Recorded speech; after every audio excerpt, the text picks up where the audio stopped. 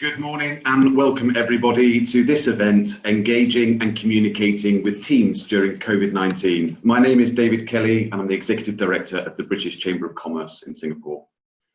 We have all seen how important it is in COVID-19 to continue to build communities of engaged employees to ensure our organisations thrive during this time.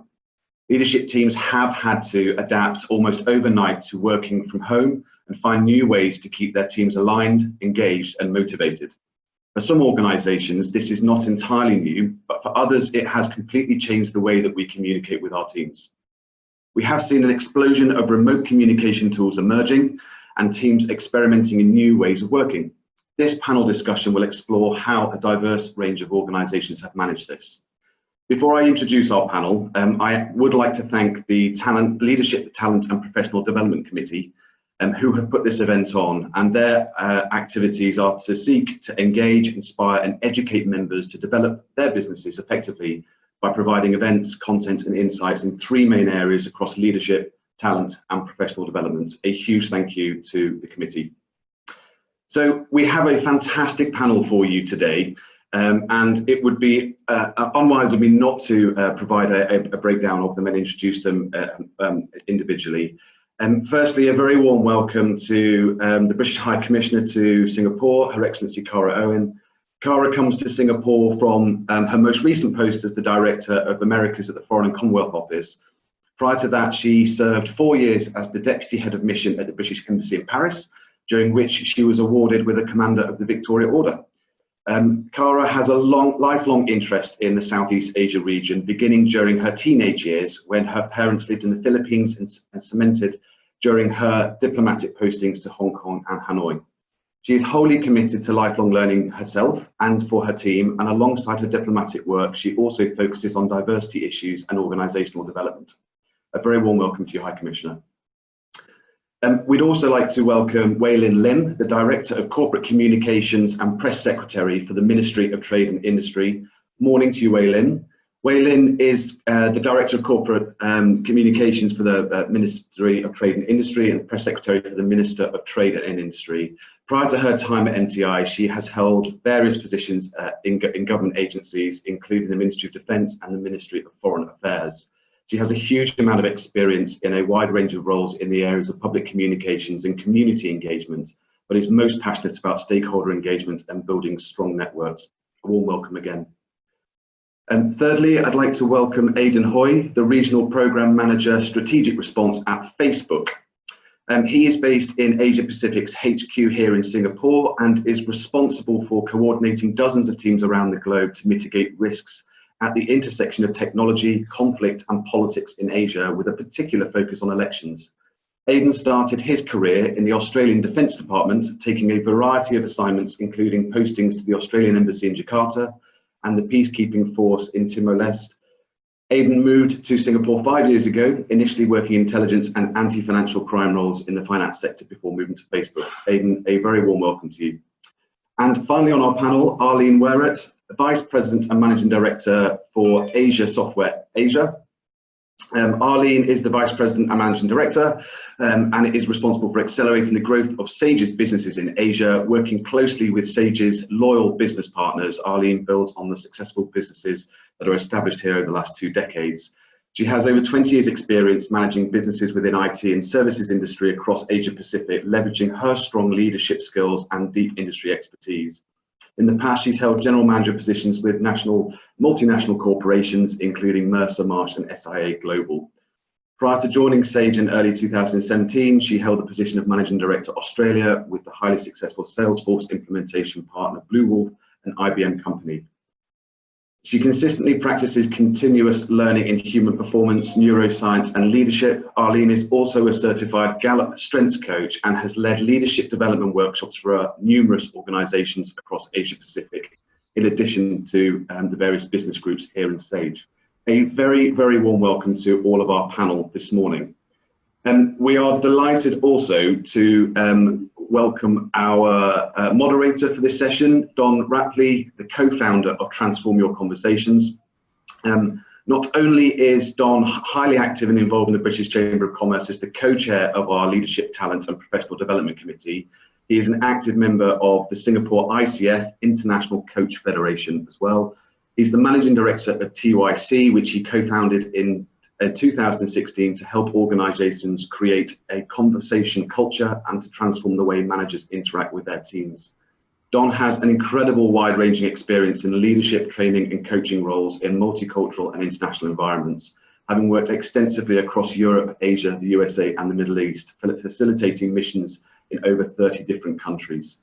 I can't think of anybody better to moderate this panel, hugely engaging. A very warm welcome to our speakers and a warm welcome to you, Don, as well. I will hand over to you to get the session started. Thank you.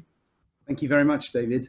So look, good morning, everybody. It's good to see we've got a huge number of people on our audience today. I'm delighted to be moderating the panel on behalf of the BritCham Leadership, Talent and Professional Development Committee.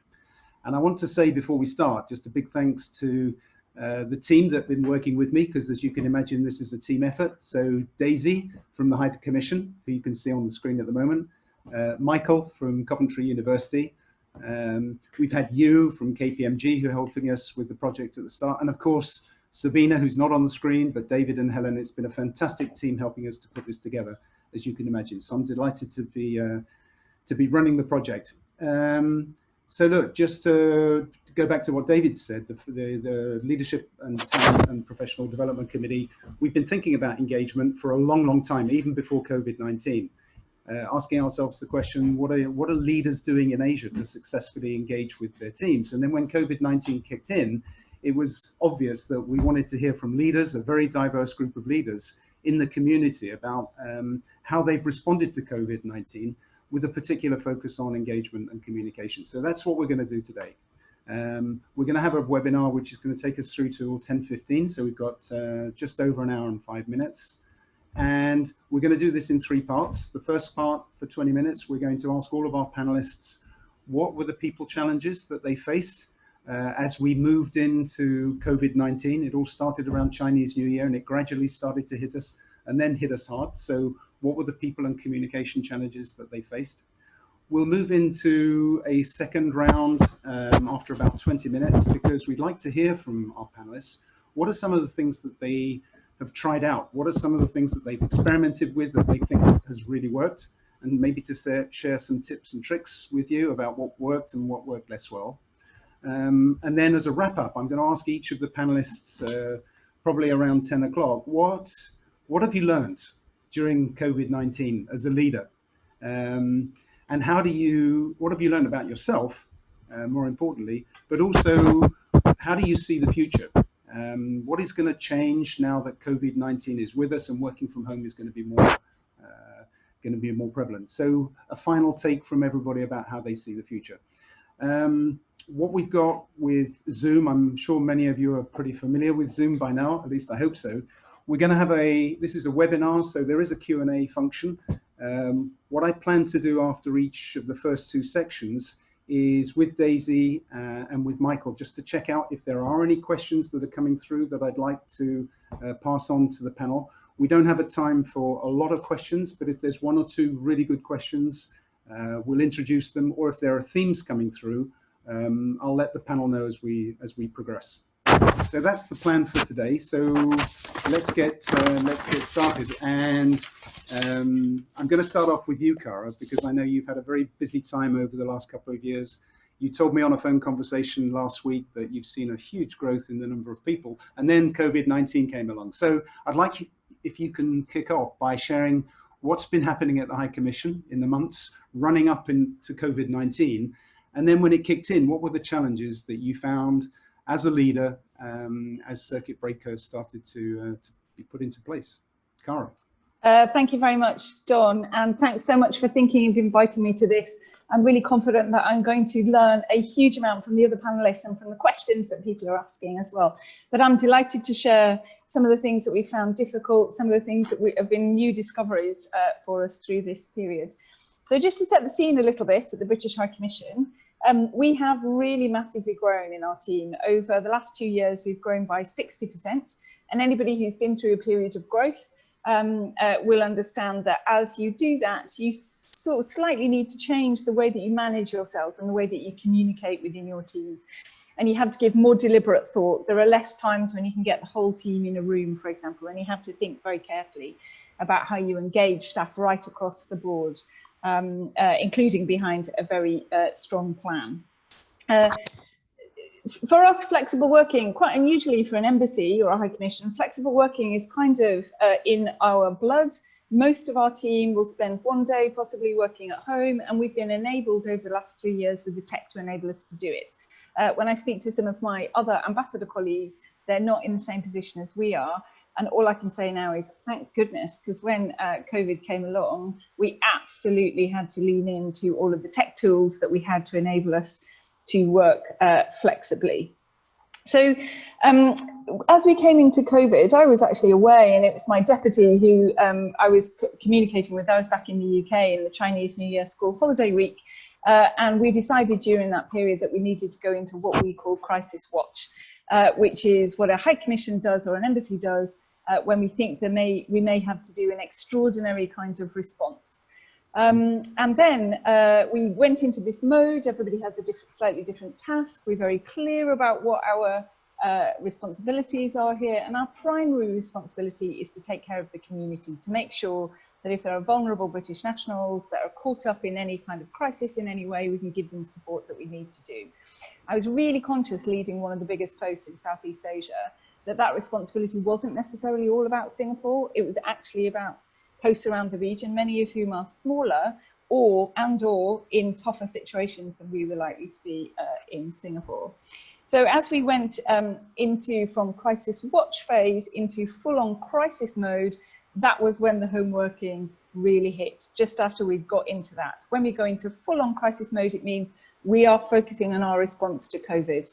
Everything else you thought you were going to be doing in the business plan that we agreed in January, put that to one side, because we've really massively prioritized and we've focused down on what we need to do, which is about learning and sharing how Singapore was coping with coronavirus, and sharing that with London policy teams. And it was about making sure that we could take care of Brits, many of whom needed to get home from the region at a time when flights were starting to dry up and borders were starting to close. So my team was doing something really, really different. And we were working in a really different way. When you're in crisis mode, you're normally all in one room where you can shout to each other across the room. None of that. We were working in very, very reduced circumstances with people scattered all over Singapore, and we made massive, massive use of the technology. I think one more thing that I'll mention in this bit, two more things that I'll mention. We thought very quickly that we needed to separate ourselves into people who were focusing on crisis response, people who are still doing business as usual, because our companies are still really interested in investing in Singapore and trading in Singapore and vice versa. And also some people who were thinking about the future, whose job was nothing to do with the operational here and now, and have them slightly offline having separate conversations. And then the final thing I'll mention is what was really interesting is, as we'd been through that crisis mode, we needed to transition into what was a new normal defined by COVID. And again, being very strict with ourselves about what we sought to do, given that we were working in a different way. And we had a big kind of coronavirus response on top of what we thought we were originally going to do in January. Yeah, that's really interesting. Cara, I can see that you're back in Eden Hall. Yeah. So that's good news after so many months of renovation. But I know that you've been working from home, and I wanted to ask you a more personal question. I know you've got 2 children at home. Could you tell us how that impacts your own routine, and maybe what's it like for staff on your team who've got kids that are even younger than yours? Because we know that's a challenge that everybody's faced up with. What's your take on that? Yeah, exactly. So I think all parents who went into working from home with your kids being homeschooled will know exactly what I'm going to talk about. I wasn't in Eden Hall at the time. I was actually working in an apartment. It was a very lovely apartment.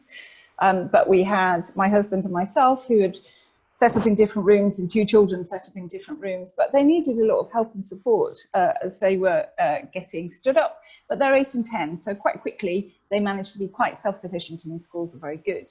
I was hugely conscious that so many of my team, very committed, engaged, values driven, really want to do the best for the UK-Singapore partnership, had kids who were much younger than that, who weren't going to creche, or who were like 5. How on earth do you do remote learning for a 5-year-old?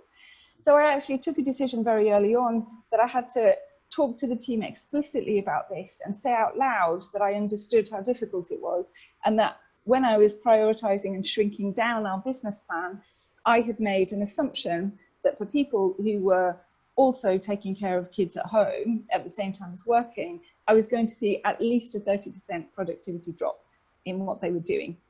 And I tried to say that very explicitly because our people are super committed. They had this huge load of guilt that was complicating their life and adding to the stress. So I wanted to say out loud, I know you're not going to be as productive as normal. That's absolutely fine. We've hardwired that into the plan and what we're seeking to achieve. Don't worry about it. And if you've got problems, speak to your line manager.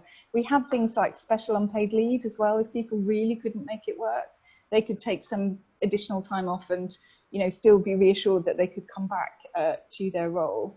And then huge amounts of trust, because I know the team, some people may want to swing the load a little bit, but pretty much, you know, if you recruit the right people and you guide them well and you motivate and engage them, people don't. They want to get on with their job and achieve and contribute to what we're trying to do. Yeah, great. Thank you for sharing that. So Arlene, let me move on to you. So welcome, Arlene. I know that... Thank you, Don. I know from our discussion, you had a huge amount of stuff that was going on with Sage. You have a big operation in Malaysia as well. And I remember you telling me that around about Chinese New Year, things started to happen. I wonder if you could share with us your own challenges in that period. But when Malaysia announced the MCO, the Movement Control Order, in mid-March, that was a big change. Could you tell us about that period and how you reacted to it? So Chinese New Year, it seems like a lifetime ago, doesn't it? But it was only Chinese New Year. A short 6 months ago. So every year we celebrate Chinese New Year with a lohe with our partners, because we work across a group of about 300 partners across Asia. So it's a really important time of year for us to celebrate and recognize the relationship we have with our key partners. And this year was particularly special for us because we were announcing a strategic alliance with Standard Chartered Bank, which was a pretty big deal for Sage. So we had the first event in Singapore on the 21st of January and went ahead with that. But our second event was planned for Malaysia on about the 6th of February. And we had to make a really tough decision. And at the time I was second guessing myself, wondering whether it was the right decision to make. I was concerned the partners would be really disappointed, but also think, you know, that we were maybe overreacting.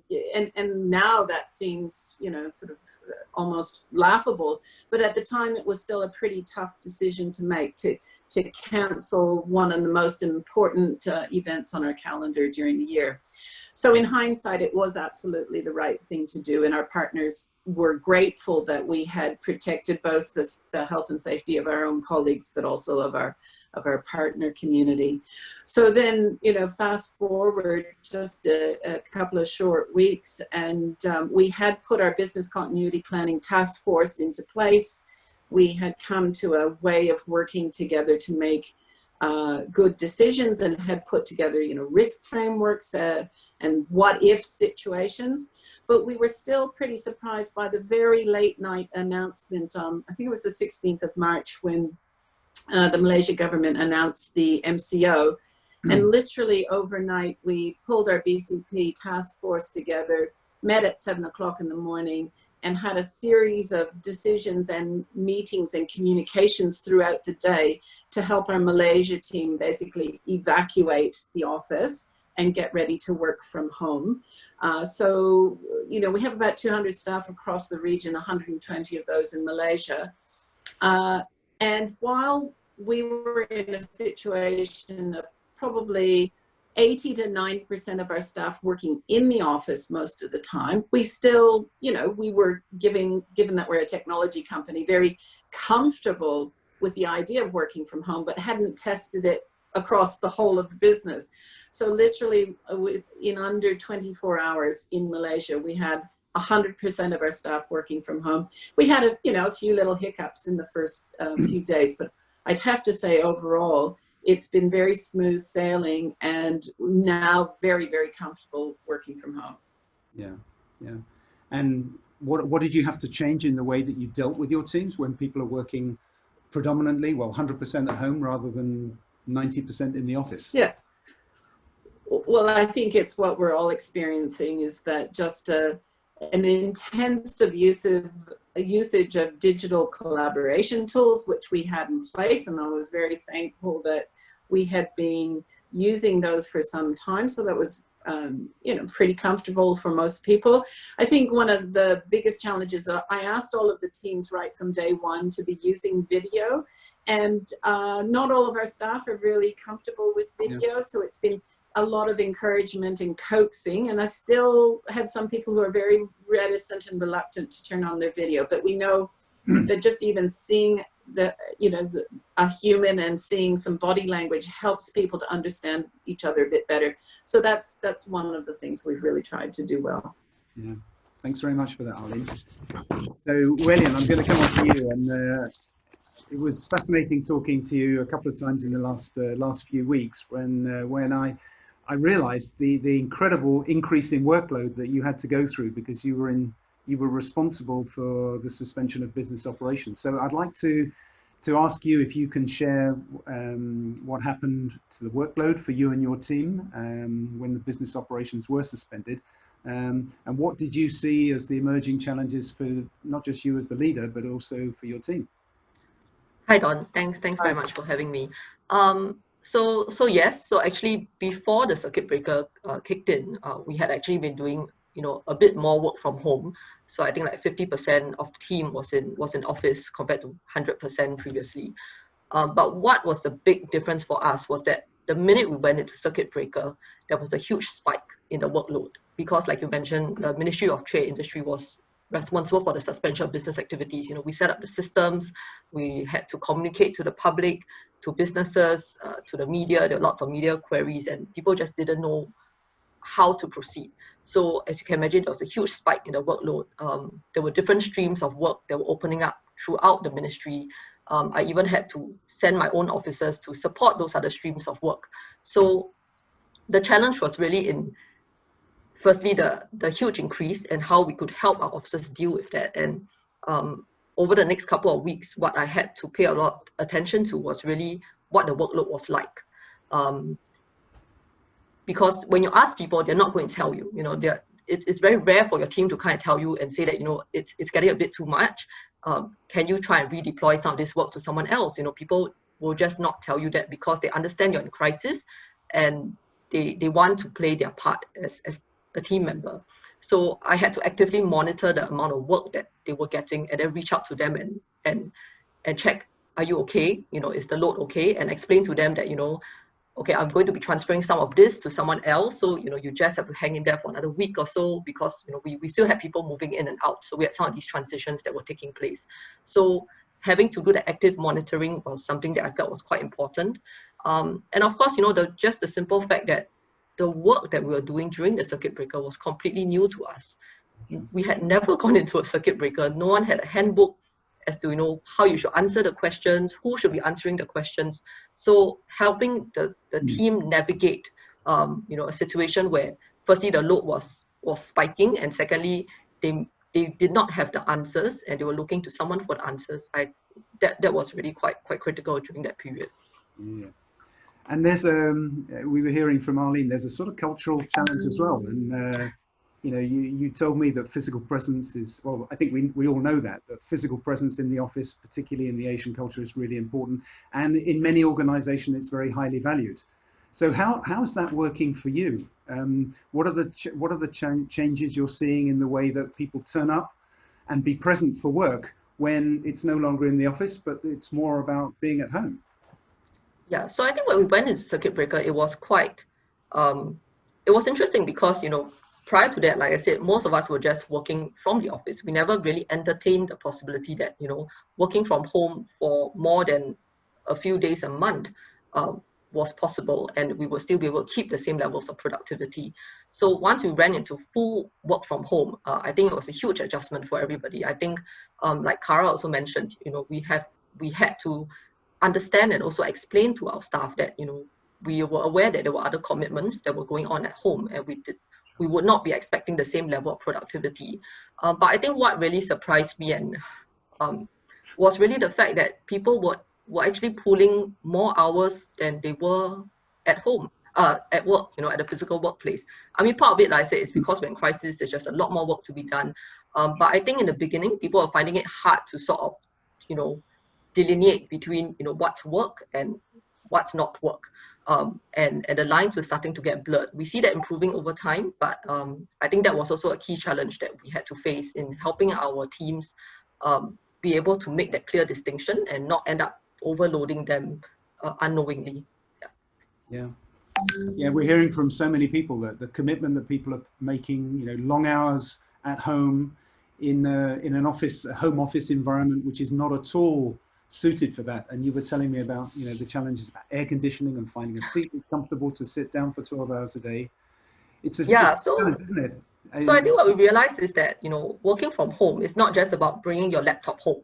That's not what, it constitutes in its entirety. So I was talking to my teams and I was asking them, actually, was there anything we could have done better to support you working from home in terms of, the technology, or, in terms of, the items, whatever that we could have provided you, was there anything we could have done better?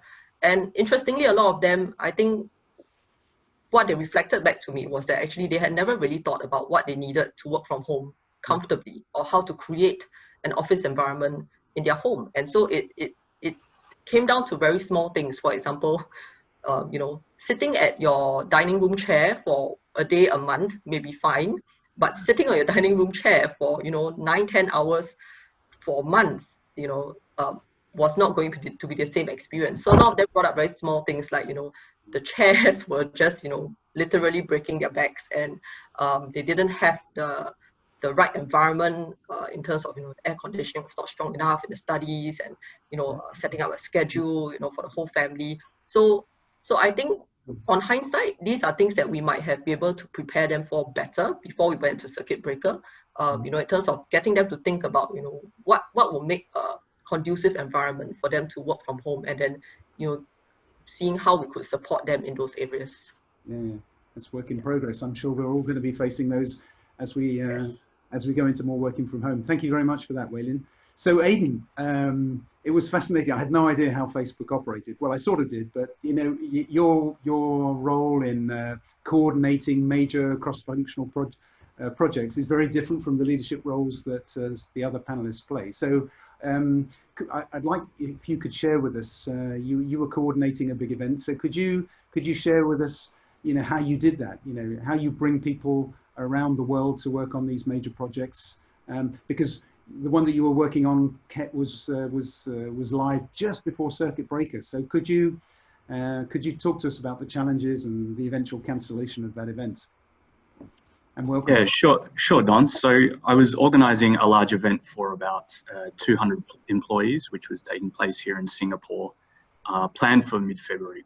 And the aim of this event was to prepare the company for a range of elections which were coming up this year in the Asia Pacific region.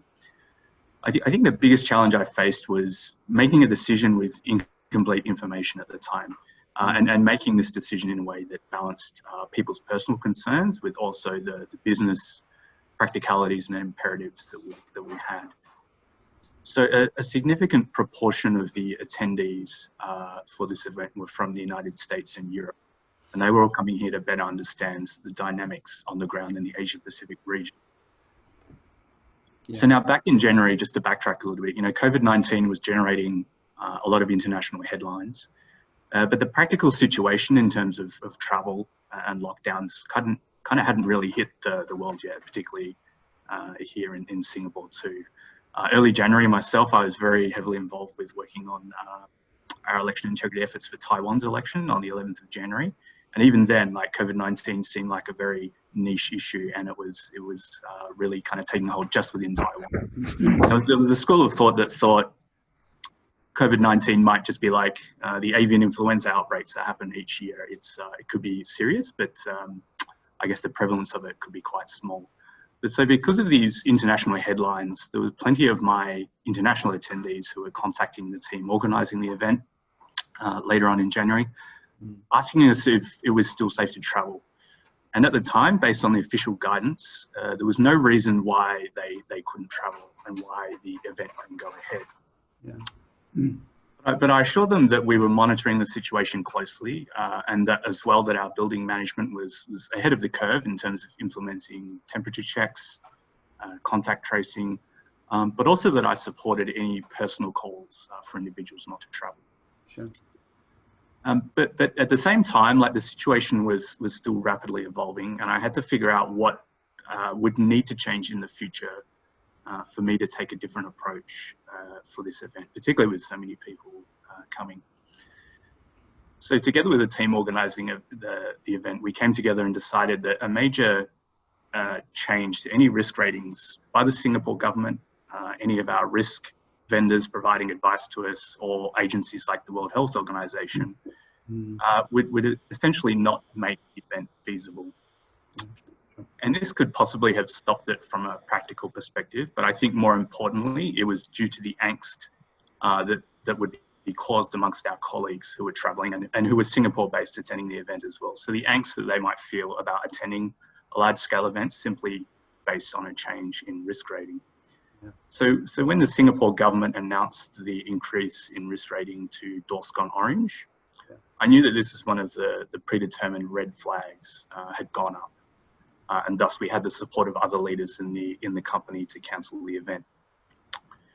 Now, there were a couple of people that floated the idea that we should still continue with the event with Singapore-based staff, as well as travellers who might still feel personally willing to travel, as this change in advice hadn't necessarily changed the practical situation in terms of stopping us from holding the event. But my main concern all along was really the pressure that either travellers or Singapore-based attendees might feel to attend the event if it went ahead at all.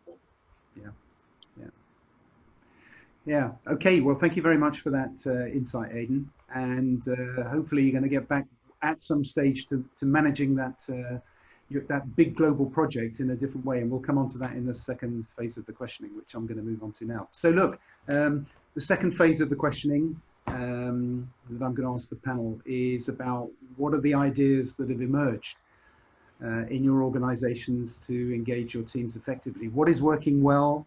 Maybe some things that are working less well. And I've seen we've got a couple of questions coming through from the panel, who are from the audience, who are interested in, how do you manage employees effectively remotely? Our managers more or less hands-on, so maybe you can take that one on board.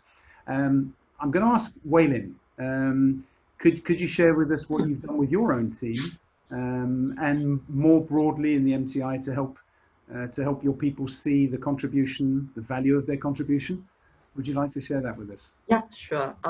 So I think, as you are aware, we are a government agency. So I think the concerns from the teams were quite different. I mean, I can imagine for Arlene and, maybe even Aidan, I mean, maybe some of the team members may have concerns about, were they going to be able to keep their jobs?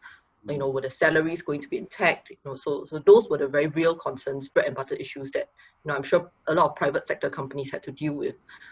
So for us, given it's government agency, I don't think people were in fear of losing their jobs. But I think the concern was that as the workload increased, we also had to help people understand what the larger mission was, what their work was contributing to, because we were very used to working in physical teams where people could interact, they could share with each other what they were doing, and that was a very important part of helping people to understand where the work that was going to. But now they were working individually, in vacuums. Like I said, some of them were not even doing work that was directly related to our division, and I could sense that people were starting to get a bit confused along the way. They started to get a bit lost. They weren't aware what they were doing was contributing to the overall mission of the ministry. So it was very important to be able to communicate that at various levels, not just from me, but from my bosses, my permanent secretary, even my minister, down to the team, so that everyone could feel that they have a common mission, and everything that they're doing is contributing towards that. So that was a very important thing for us, making sure that information continued to flow through to every individual staff member, so that they could see how, even if what they were doing, it was a very small part of the puzzle, but they knew how it was fitting into the larger mission. And I think that sort of eventually gave them that strength to continue, understanding that the role that played was valued. Yeah. And do you think that role that you play as a leader to really articulate the vision and the mission, is that even more important when people are working remotely?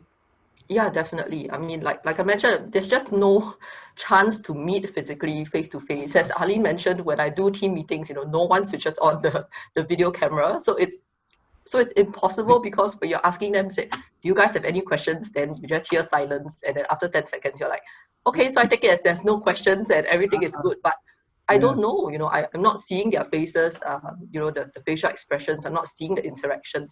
So, in the light of that, then you have to be very clear in your communication to your teams, right? You have to think about what is it you want to communicate to them, how you're going to do it in a way that's relevant to them, directly relevant to each of them, which is quite challenging. Yeah.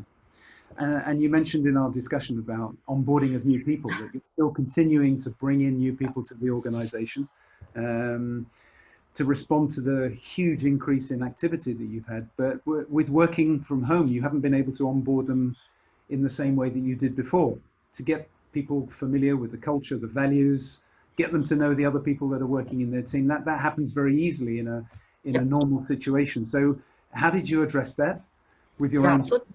So I thought about that for quite a long time, because we had new members coming in, we had people leaving and we had people coming in.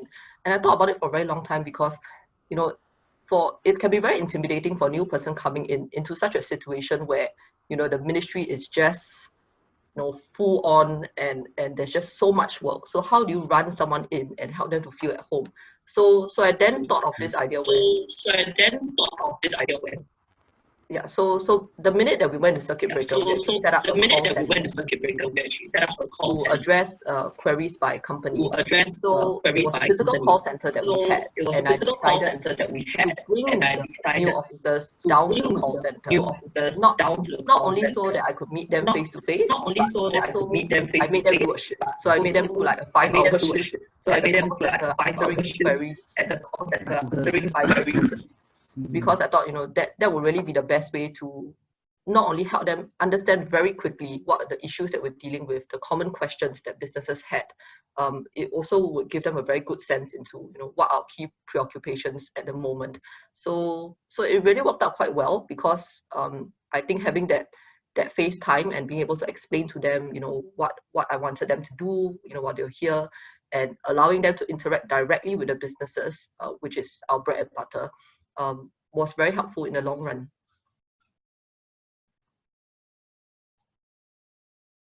Arlene, I'm going to ask you, when we were talking, you said that you had a perception that with your team there was somehow there was even more engagement.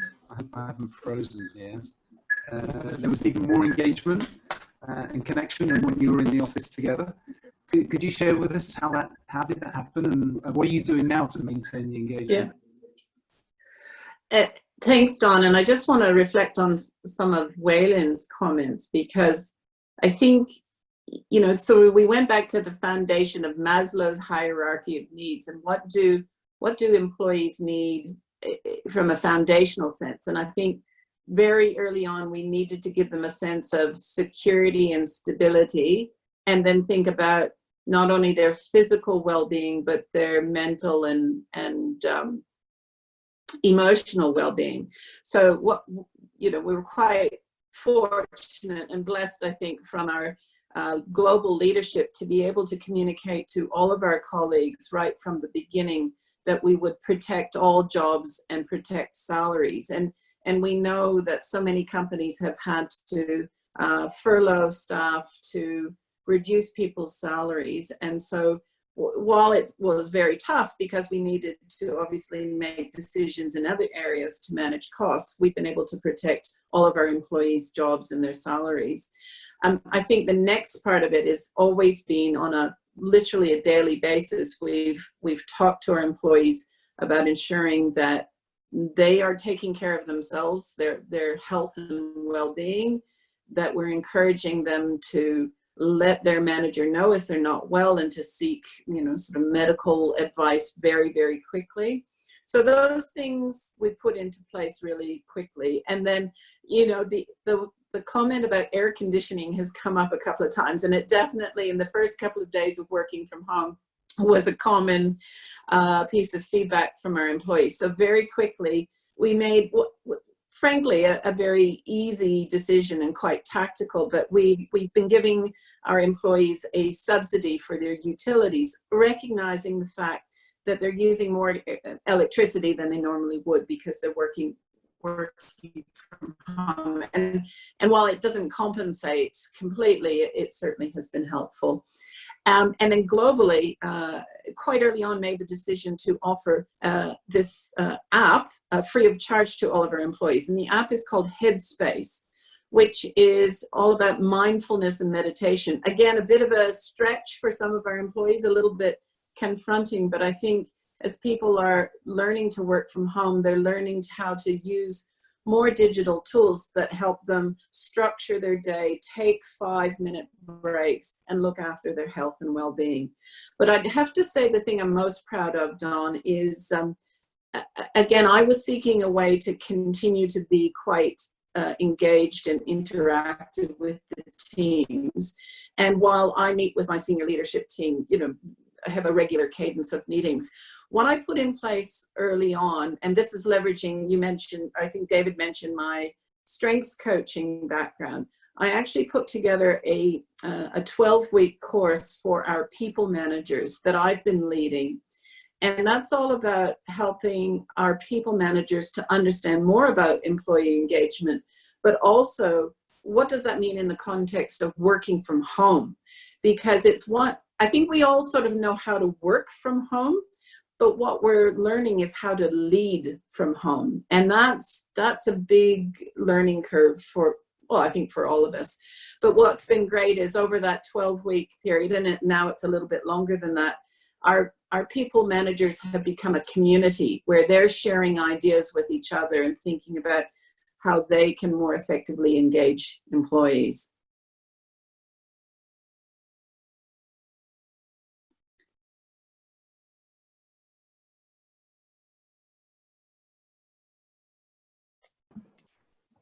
Dawn, sorry to jump in. I think you're muted. If you could just repeat your question again for everybody. Thank you. Thanks, David.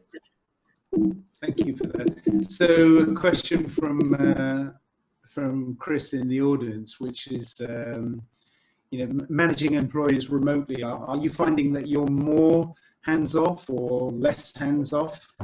How has your leadership style changed as you've worked through into working from home? Well, I think I'm more hands-on, which is interesting. You wouldn't quite expect that, being all working from home and being separate from each other. But I feel like I'm more engaged with people's personal lives because I've tried to, be very compassionate and empathetic towards people who have got small children at home, who are at home with elder parents. And they're often, working in a situation where they might be in the children's bedroom to work during the day. And so the kids come in to get things. And rather than, I certainly wouldn't want to make my employees feel embarrassed about that. So what I say is, oh, come on to the cameras. Let me see, let me wave at the kids and say hello to them. So just embracing the fact that when people are working from home, their whole personal life is surrounding them. It's not separate.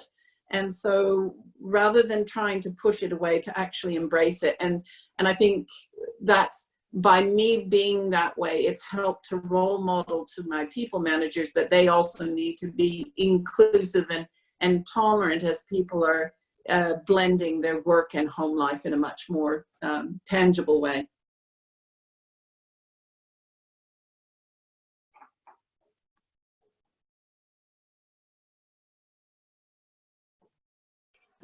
Don, could you unmute yourself?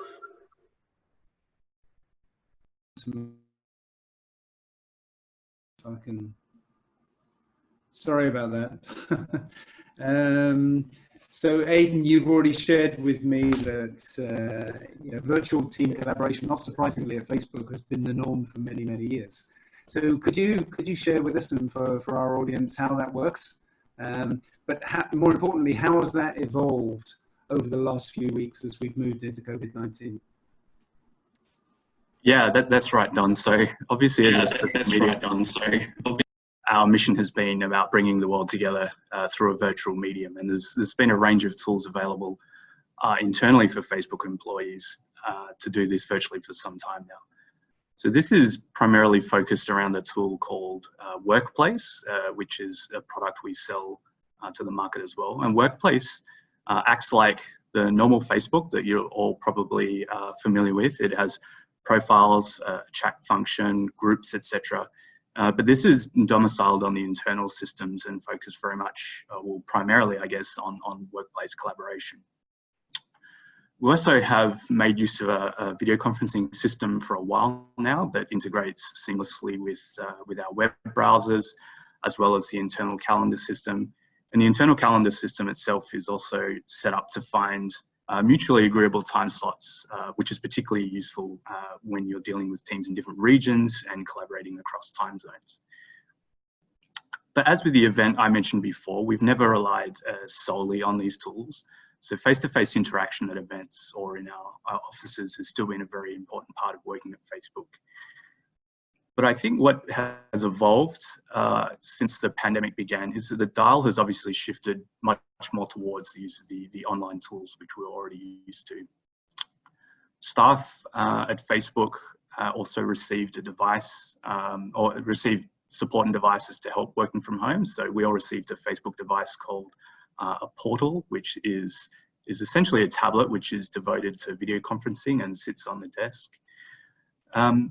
But what I think has evolved primarily is how we think about using these tools. So the human element that kind of sits behind the use of the tool and the empathy that people have with using them. So I found people are being much more deliberate with scheduling one-on-ones with their colleagues or informal calls with groups of colleagues to catch up as kind of a replacement for the water cooler interaction that you would have organically in the office.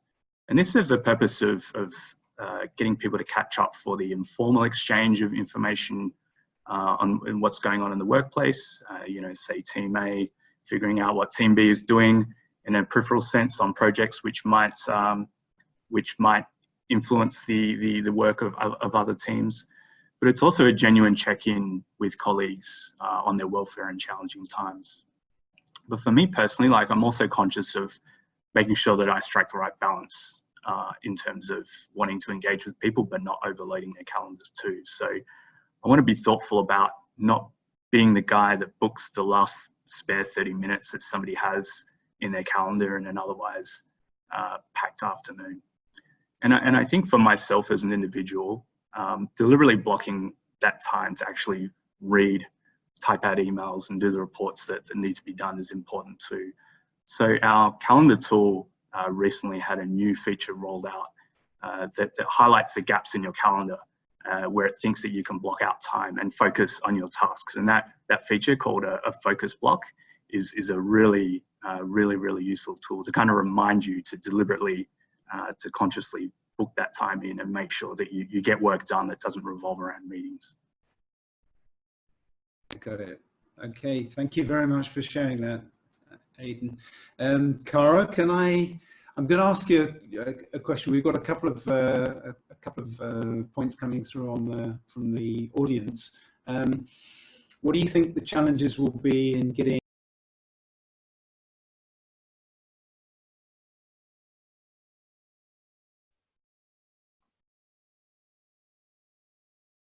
I think we've lost him. So I think he was going to say challenges of getting people back into the office. I think that's exactly what he was going to say. Can I just ask you that question, Cara, on his behalf, and we'll try getting back online. Yeah. I think that is a really good question, because in a way we may be victims of our own success. We have chosen how much we can do when we're spread across the country effectively. Why would we want to get back together? I think some of it is about really taking seriously what the government is saying about safe distancing. So we're not at the stage now where we're insisting that people come back in, but there are some things that we can only do in the office. So really making people feel confident that if they do have to come back into the office, when they get there, everything will be very well cleaned. We will have safe distancing protocols, that we really, really respect those, that we use masks when we need to. And I think that's part of it. I think there's also something about encouraging people to think about how this isn't going to ping back to what it was anytime soon. So if we are going to be existing in this phase for a long time, we're going to have to find a way where we're going to find a balance and feel safe, but also really think about what is the whole health of our organisation. And that may require people to come back in. Could I pick up another couple of questions that people have posed? So number one, somebody asked, you know, I said 30% drop in productivity for those people who had young children at home, and did I experience that? So in a sense, it's hard to tell, but my gut tells me no, I didn't. That isn't the drop that we saw, because people, I think just by the very fact of that actually increased people's engagement, and often when you extend flexible working, you get more from people rather than less. So just by trying to remove that sense of stress from them, I found, and also being willing to think of people integrating their work and life, as you do on flexible working, in a different way, and it being really clear what's important is the delivery of what you need. I think I didn't necessarily see that drop. We did, of course, reduce what we were trying to achieve and really, really focus. I'm just saying, I absolutely love some of the tips that have come from the other panelists, the mindfulness stuff. We did meditating. One of our team members led Zoom meditating. I even tried it, and I'm the person that is least likely to ever sit with nothing in my brain. So even I tried it, and I found it absolutely fantastic. And they also talked about the importance of middle management. So Wayland's thing about vision, how do you translate what is the big thing that you're trying to achieve? And MTI, I think, have been fantastic through this. And I think we're all really grateful for the guidance that they gave us, and they got ready so quickly and were able to kind of engage with us. But translating that vision right down to everybody through your whole team. And the chunk of people that do that are the middle managers, the people that Arlene was talking about, making sure they're as well tooled up as they possibly can be. I was going to mention, if I'm allowed, another couple of things that I have really appreciated in our community. One is a sort of democratization. So Arlene mentioned it as well. I have loved getting to know my people as whole people. So however approachable you try to be as the High Commissioner, at the end of the day, you're the High Commissioner, and there's a bit of distance that you have, and people often don't think that it's appropriate for them to talk to me about what's going on in their life. And what I have found is we have this spontaneous development of a WhatsApp group that was called BHC Wellbeing. And on that, people were just putting funny jokes about being an at-home parent with homeschooling. They were sharing recipes, they were sharing kind of gym workouts, yoga classes, they were making jokes, and I was on that as well, and I skulked about a bit. I didn't want to appear very often because I loved the fact that I was seeing my team being a community together, and I think that has continued, and I would really want it to continue. I think one of the challenges is we do, even though we've done so much together using digital tools, there are points of the year where we have really enjoyed being together. You know, those moments when somebody mentioned Lohe, you know, that's a big part of our calendar, us doing Lohe together. You know, the moment when you've got the UK-based staff who aren't used to eating durian, and you try to introduce them to one of the delights of Singapore and see them do that. Those moments where you have enjoyed coming together, we're really going to have to think carefully about how we do them and to what extent can we replace them entirely digitally. I have to thank Facebook for their Facebook Premiere, I'm not sure you're allowed to do advertising, but Facebook Premiere product, which we hosted our Queen's Birthday toast on. But, you know, how do you have to balance those kind of interactions with digital interactions? That's awesome. So sorry, I got kicked off Zoom for some unknown reason, but I'm back on now. Apologies for that. Happens every day. Let me just check out with Daisy and Michael if we've got any questions. If we've got any questions from the audience. Hi John, it's Daisy here. Luckily, Cara thankfully picked up finishing your question, so that's already been answered. So audience, if you've got any more, then please do send them over. Okay, great. So look, we've heard some really fascinating insights from the panel. I'd like to just move into the wrap-up phase, as we've got just over 10 minutes left. And I'd like to kick off with Arlene and ask you, could you share with us what you've learned as a leader during this crisis? And a second part of that question would be, how do you see the future now? What do you think will change in the way that you work with and the way that you engage your teams? Arlene. Good, thanks, Don. Well, about myself, I think my profession has been about focusing on people, and I think that's really been a positive, a huge plus for me during this situation, because I've been able to be very decisive and do the right thing as a leader, which you know, a lot of chaos, a lot of hectic sort of days making decisions and having to make them really rapidly, but at the same time being empathetic, caring and compassionate, and really being able to demonstrate to my team that we're all in this together. So those two almost opposite sides of my leadership ability have come together during this crisis, and I'm very pleased to see that. For the future, I mean, I think everybody would agree, and there's lots of words around like the new normal, the next normal. It's definitely here to stay. Things aren't going to go back to the way they were. And I think digital collaboration will become more and more the norm. It will get to a point where it won't even feel strange to have meetings like these on a really regular basis. And I think the tools themselves, the technology will get much, much better. And so we will be able to like celebrate, and we're looking at some of those concepts that Cara was mentioning, is how do we celebrate and recognize people together when it's digital rather than when we're all together.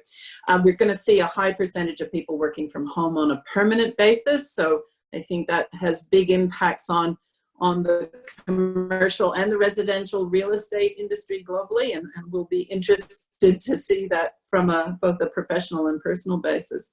I think one of the biggest challenges as any company, we need to be selling to our customers, and I think we're going to have to find new ways to sell and communicate persuasively and interact with our partners and customers, because we've been so heavily reliant on face-to-face interactions previously. So that's going to be a big test and challenge, not only for us, but for the whole technology industry. And then just ending on what I said previously, I think the biggest change will be for people not only learning how to work from home, but how to lead from home and really make an impact on their employees' lives. Very much for sharing that, Arlene. We're going to have time for a couple of questions at the end. So if you do have a question, don't hesitate to use the Q&A function. I'm going to ask Aidan now. Would you like to share with us one thing that you've learned as a leader during the crisis? And how do you see the future unfolding? What's going to change in the way that you work and engage your teams? Yeah, so I think I touch on very similar themes to Arlene. I think for myself, first and foremost, I think it's the need to really focus on the welfare of your team and colleagues, perhaps even much more than before. And do this even when it might not be clear what action might need to be taken in a crisis situation. So I think like this could simply mean doing the homework ahead of time, about what needs to be done once the crisis situation evolves, or it's simply just, you know, checking in with people to see how they're going in these unprecedented times. And I think it's really important to empathize that during these uncertain times, it creates extra pressure and angst for people as well. And to try to offer them just that little bit more certainty by letting them know that you're thinking 2 steps ahead or thinking of them, like it's something quite small but goes a really long way, I think, to providing some stability in the workplace.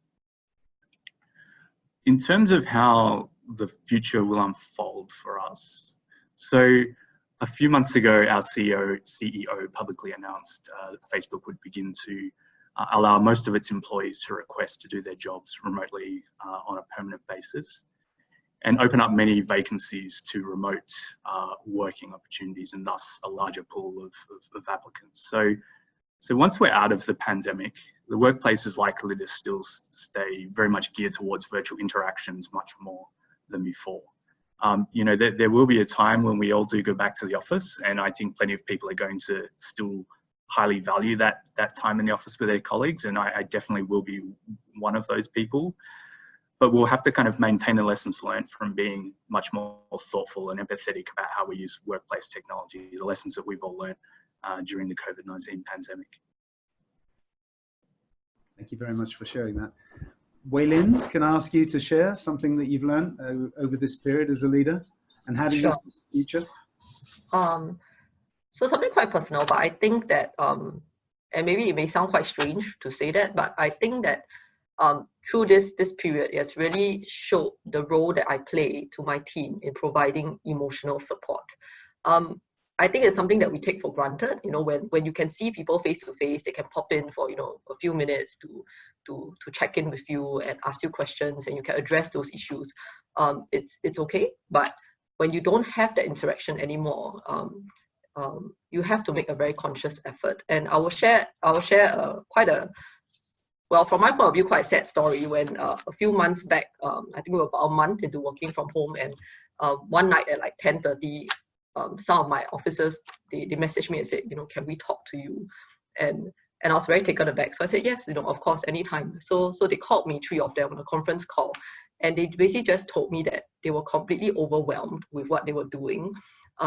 They had no idea whether what they were doing was the right thing, and they just needed someone to talk to.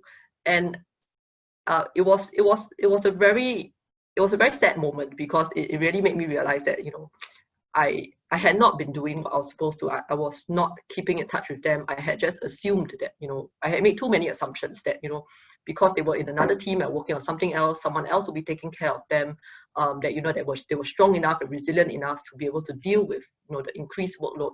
And I had made all these assumptions that were essentially, you know, not true. And so it was a very emotional moment for me, but it was also a very, very good wake-up call. And that really spurred me on to then make sure that, you know, I did the regular check-ins. And it's tough, because as a leader ourselves, you know, I mean, the amount of work that we had also, you know, went up, right? It was not like we had less work to deal with, but then how do you carve out that time and make sure that you are dedicated enough to do that for your team, because that is what they need from you, that is what they want from you. So I think after that, then, you know, it was okay, but yeah, but it was just, you know, I felt quite sorry for them for, you know, I can imagine for the first 1 month, you know, they were there and they'll try to sort it out themselves, and they didn't want to bother me because they thought I was busy as well. So to be able to have had that conversation, I thought, you know, I was very grateful to them for reaching out. In terms of how things will be in the future, I think we all agree that, you know, things will never revert to the way they were. Working from home will become the norm. But I think this experience has showed us that we can work from home. You know, previously, we never dared to do it because, you know, we never thought we'll be as productive. You know, we never thought we'll be able to get the same things done. But we have shown that we can. I think knowing that allows a certain amount of flexibility. I have a lot of young mothers in my team. I see them struggling a lot, you know, pre-COVID, you know, with trying to balance, you know, their family commitments and work commitments. I think being able to now have that flexibility, I think will make a huge difference to them. But also, I think this is actually an important time for us to be reaching out to our teams and asking them, you know, what for example, what is the optimum amount of work from home they would like? Because I think, like Aidan said, actually many people want to come back to the office. They want to spend time and interact with each other. But I think these are all things that, again, we cannot assume. And I think this is a good time to be able to reach out to the teams and ask them, seek their views and opinions on that. And the other big thing that I think we need to think about is, given the lack of face time, how can we make sure that we continue to look out for, our team's mental and physical well-being? We honestly, as leaders, we are not trained as well. No one trained us pre-COVID to know what are the signs that we should look out for. So are these things that, as leaders, we should be empowering ourselves with so that we can then support our teams better? So I think these are all things that we will probably need to look at before we go into any kind of more permanent arrangement. Yeah.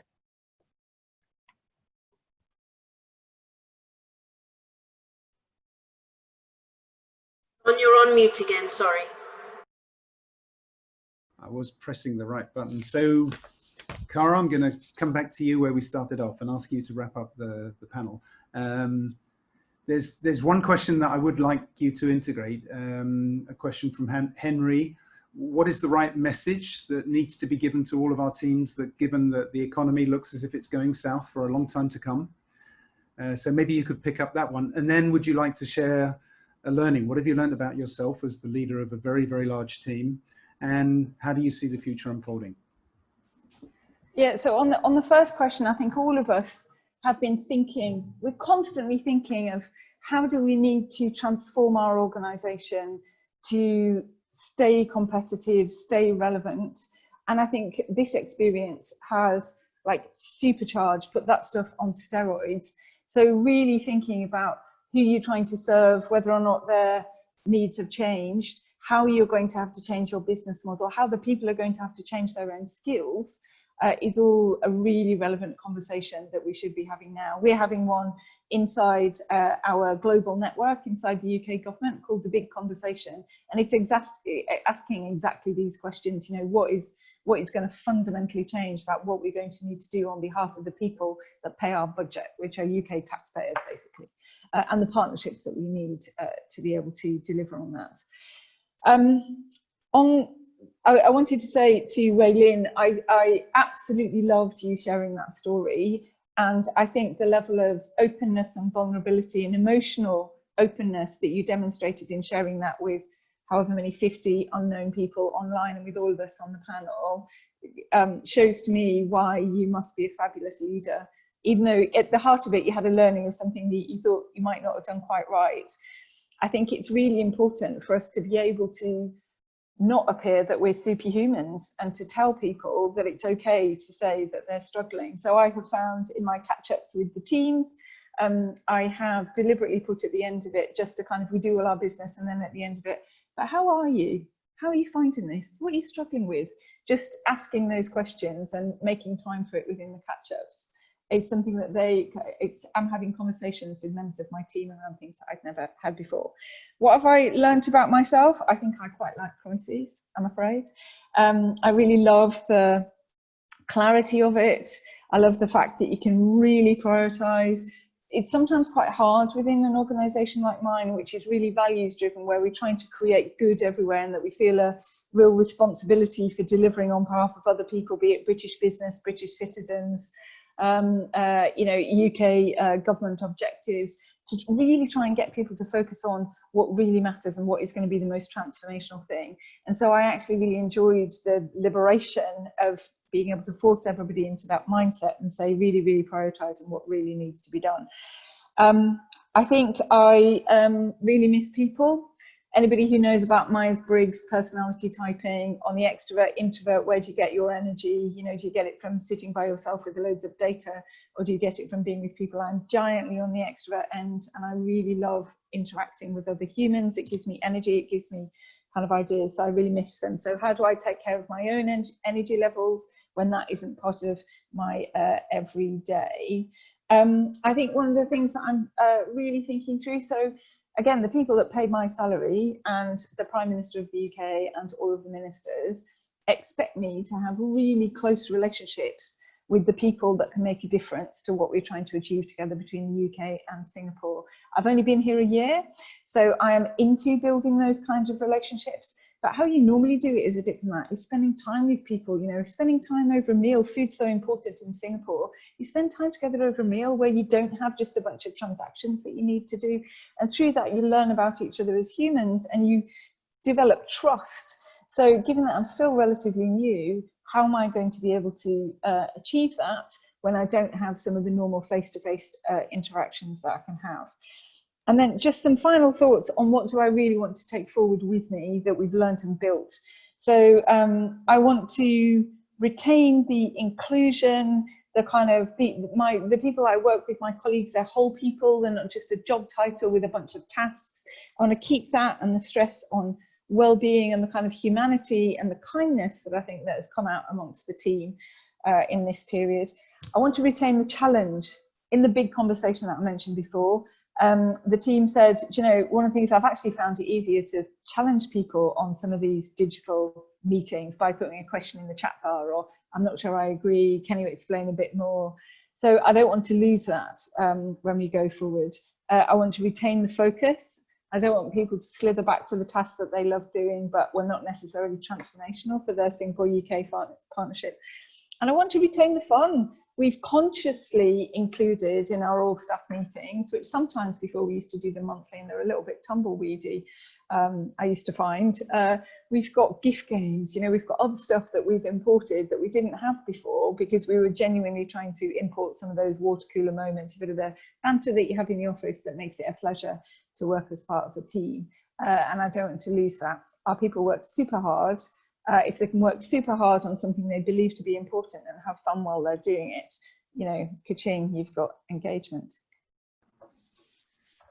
Well, that's a perfect place to finish up the discussion. So first of all, I'd like to thank Arlene, Aidan, Waylin and Cara for sharing all of those things. There's such a wealth of knowledge and experience in there. I hope everybody in the audience has enjoyed the session. I hope we've integrated some of the questions that were coming through. I'm sorry if we didn't get to all of them. So thank you so much. That's been a really great session. And that just leaves me to, again, to thank Daisy and Michael and Sabina, who were in the background, and hand back over to David. Thank you, Don. Thank you very much. And thank you so much to our speakers. High Commissioner, thank you. Aidan, thank you very much. Waylin, great to be working with you and to see you and to share. And thank you, Arlene. And I guess my takeaways from this are leading from home. I've got to have a real big think about that. And also Waylin, you mentioned the role that you play in terms of your team as well, which is a big takeaway for me. Aidan, you mentioned about the small things that make a big impact, and that's definitely something that I'm going to be thinking about. And Cara, I really like you don't have to be superhuman, and managing your energy levels is something that probably I need to work on. So those are my 4 takeaways from today's session. So thank you so much for being part of that today. And thank you to the audience as well. We've got some really, really great events coming up. I hope you've seen that the Chamber's been very proactive in producing amazing content from our committees. We've got a selection of events that are coming up there around data protection, which is obviously a big issue as we've moved into a much more digital world, and mental health, so picking up some of the streams that have come out of the session today and going forward, and the economic climate as well within the healthcare industry. So some really good events coming up. And of course, please do have a look at our podcast channel. We've been getting some very good ratings on those. We were chart toppers a couple of weeks ago, which was good news. So there's some brilliant content coming out of the committees and the team. And very finally, we do have a survey for all of our events. It's really important that we get the feedback, your feedback, to let us know how we're doing. I think something's going to flash up on the screen to provide a link for you, and we'll certainly follow up after this. So that leaves me to say a huge thank you to everybody. Once again, thank you to the panel. Thank you to Don for pulling this together within the committee, and we look forward to seeing you all soon. Thank you.